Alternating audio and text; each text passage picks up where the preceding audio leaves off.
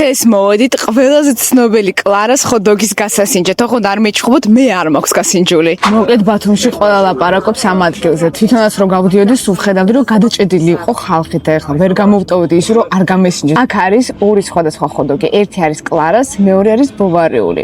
ერთს შეხედვით ვერ გამოიცნობთ რომელია, იმიტომ რომ ეგრე ჩანს პური უბრალოდ არის, მაგრამ აქ არის დამალული უკვე ხოდოგი. ცოტა თავი მოვატეხე რომ გავსინჯოთ ეგრევე სოსისი.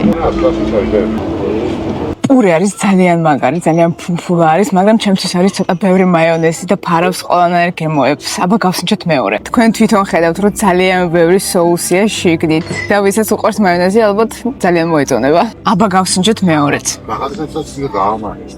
მე მგონი შევცდი და ეს იყო კლარას ხოდოგი, იმიტომ რომ აქ უფრო კლასიკური სოსისია შიგნით, ვიდრე მე პირველში რაც იყო, იქ იყო ბოვარიული.